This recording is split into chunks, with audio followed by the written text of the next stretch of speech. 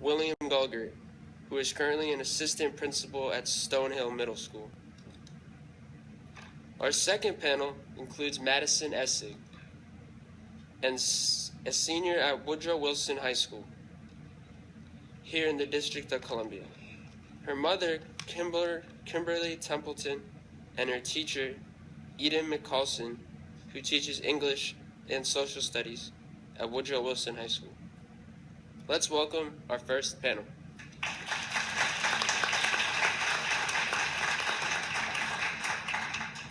Good morning.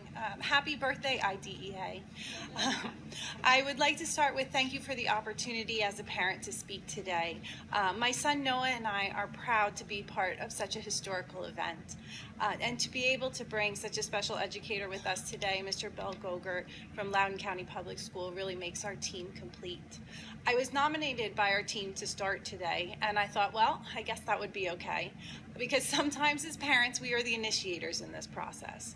What I thought I would do is begin with a short story so that you may have an opportunity to get a small glimpse of Noah and this journey through the eyes of his mom.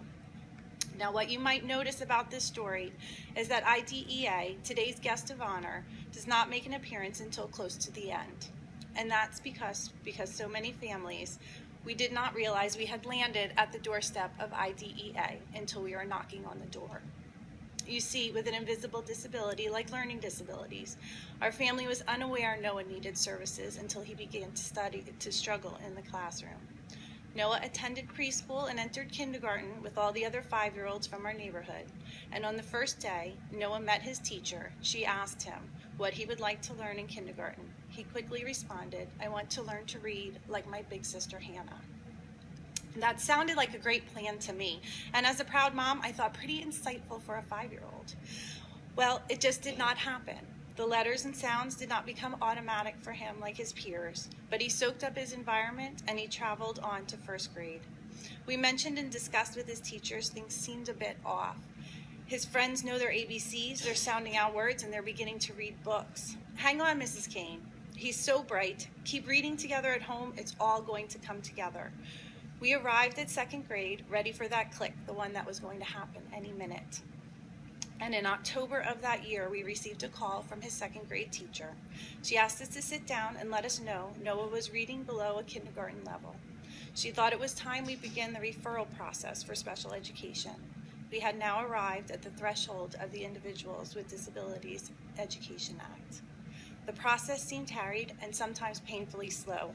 The discussion size increased from parent and teacher to a conference room full of professionals. It was scary and comforting all at once. And when our rights and responsibilities were slid across the table, I knew we had entered into new territory. Over the years to come, we learned so much, not only about dyslexia and dysgraphia, but about IDEA and how the law serves to protect Noah and his education in the public school classroom.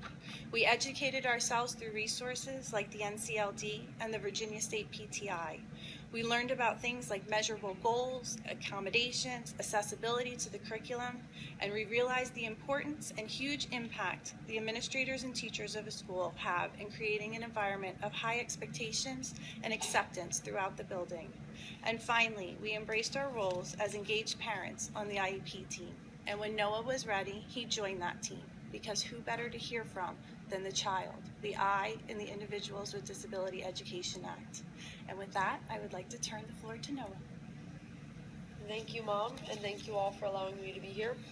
Since I am here to speak about my story, I'd like to start from the beginning. One constant in my life is my love for science.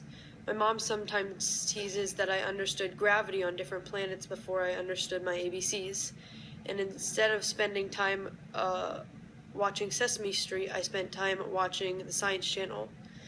I think the first instance I can remember dyslexia impacting my education was in second grade. Whenever we would read aloud, I would count the number of students before me so I could find my paragraph. I would do this to give myself extra time to try to match the words being read by my peers to the words I could find or match in my paragraph. The hope was to figure out the words before it was my turn.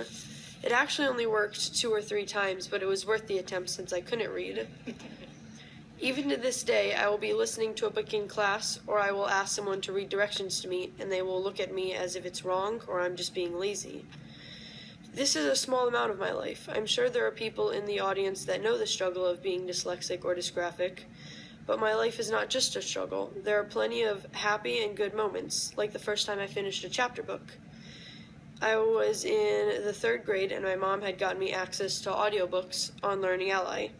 The book was Hank Zipser, co-authored by Henry Winkler and Lynn Oliver, who I was lucky enough to meet this past September at the National Book Festival right here in D.C.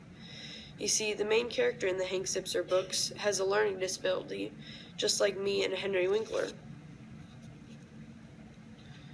Finishing that audiobook was a big deal. It wasn't just finishing a book, it was a trophy to me. I'm still not a big eye reader, but I am an avid ear reader. What I learned from that book was that I love stories. It was the reading that got in the way. But accommodations can help. Now let's talk about accommodations. Accommodations are very important to me. They help level the playing field in test taking and classroom assignments. Accommodations let me show my knowledge on the content of a subject without my reading and writing disabilities getting in the way. For example, having a small group to take tests in helps me focus on the questions being asked, and having someone read the questions aloud secures I understand the questions being asked. As I move through my grades, self-advocacy is becoming more and more prominent. I'm confident to speak up for myself to my teachers, and I know that as an adult, I will need to do the same for myself, whether I'm a college student or own my own business or discovering new theories of physics. Now as a freshman in high school, I remain loyal to my passion as a child and am most interested and motivated in my science classes. I want to go to college with a strong science department and double major in theoretical physics and astrophysics, and become an astrophysicist that comes up with theories of space, like Stephen Hawking's. Disability or not, I hope to change the world someday, and I know that I can with people like my parents and Mr. Golgert on my side.